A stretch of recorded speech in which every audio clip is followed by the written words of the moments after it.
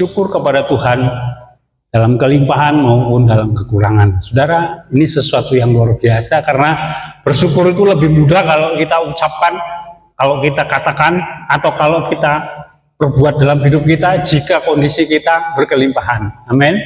Tetapi akan menjadi sulit kalau dalam kondisi kekurangan.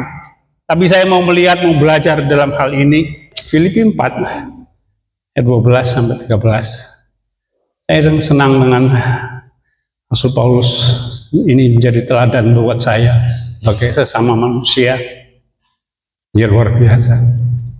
Oke, kita baca sama-sama. 2, 3. Aku tahu apa itu kekurangan dan aku tahu apa itu kelimpahan.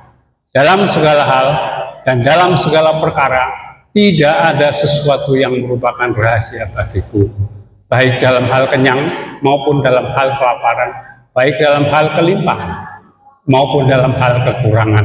13. Segala perkara dapat kutanggung di dalam Dia yang memberi kekuatan kepadaku. Haleluya. Saudara, ini mengingatkan kita dalam masa kelimpahan tetaplah saudara bersyukur. Amin.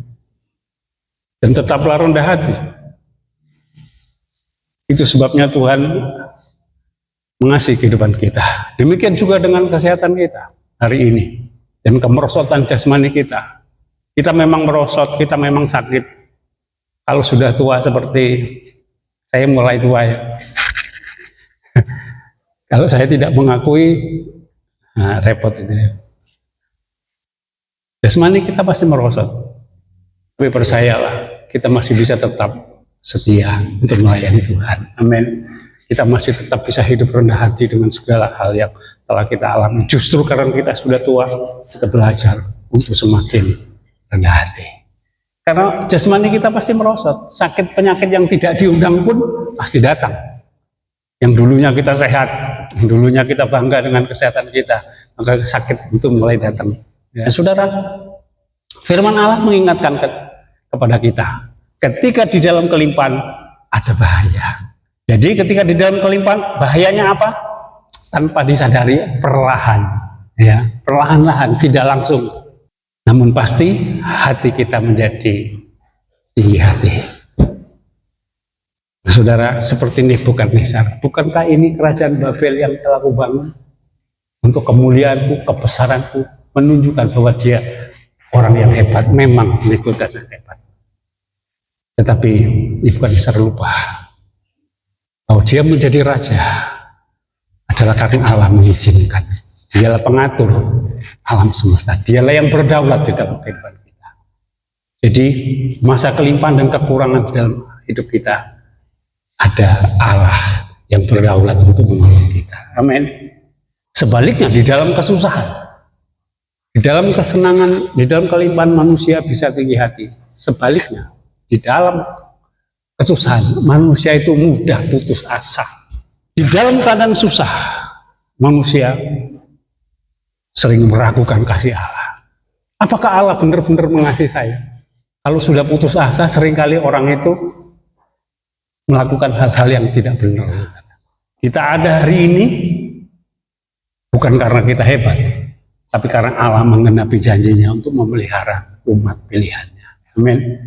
Janji Tuhan itu yang membuat saudara saya hari ini menikmati kelimpahan, juga menikmati kekurangan. Apakah hidup dalam kondisi nyaman, aman, dan makmur itu salah? Tidak salah. Tentu tidak salah. Kelimpahan dan kenyamanan adalah berkat Tuhan. Amin. Namun memiliki bahaya rohani jika tidak disikapi dengan benar. Kenyamanan itu sama seperti makanan enak dan uang. Makanan enak dan uang salah nggak? Nah, nggak salah. Tapi seringkali kalau kita salah makan, cara makan itu juga mendatangkan bencana dalam hidup kita. Kan kelihatannya sepele ya, makan.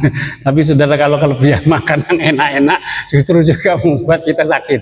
Ya, nah, uang juga sama. Cinta uang adalah akar segala kejahatan. Nah, dan kelimpahan dan kenyamanan adalah berkat Tuhan.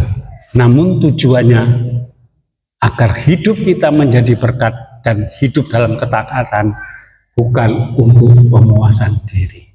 Saya bertanya kembali kepada saudara, apakah hidup dalam kekurangan dan penderitaan lebih baik dari kenyamanan?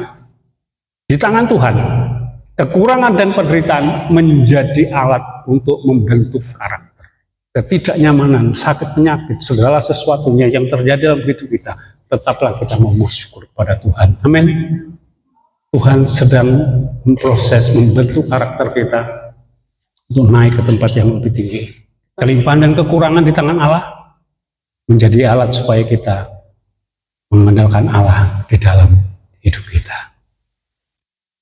Nah saudara, saat kekurangan dan dalam kelemahan, jangan putus asa. Dengan satu tujuan, Ia sedang mempersiapkan saudara menjadi pribadi yang luar biasa dan menikmati mujizat Allah yang luar biasa juga. Jangan pernah kecewa dan meninggalkan Tuhan. Seringkali kita kecewa, saudara. Tetaplah setia, tetaplah hidup benar dalam Tuhan. Apapun kondisi yang kita hadapi, biarlah tidak mengurangi rasa syukur saudara kepada Tuhan. Amin.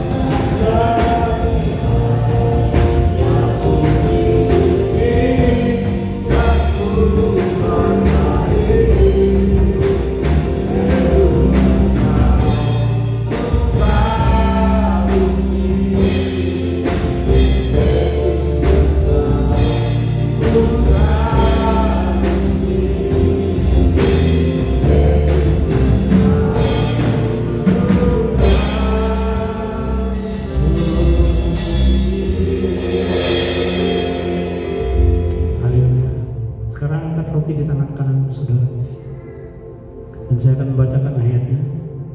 Dan ketika mereka sedang makan, Yesus mengambil roti, mengucap berkat, memecah-mecahkannya, lalu memberikannya kepada murid-muridnya dan berkata, ambillah, makanlah, inilah tubuhku. Di dalam nama Tuhan Yesus. Sesudah itu ia mengambil cawan, mengucap syukur, lalu memberikannya kepada mereka dan berkata, minumlah kamu semua dari cawan ini, sebab inilah darahku, darah perjanjian yang ditumpahkan bagi banyak orang untuk pengampunan dosa. Akan tetapi aku berkata kepadamu, mulai dari sekarang aku tidak akan minum lagi hasil buah anggur ini sampai pada hari aku meminumnya, yaitu yang baru, bersama-sama dengan kamu dalam kerajaan Bapa-Ku. Di dalam nama Tuhan Yesus kita minum.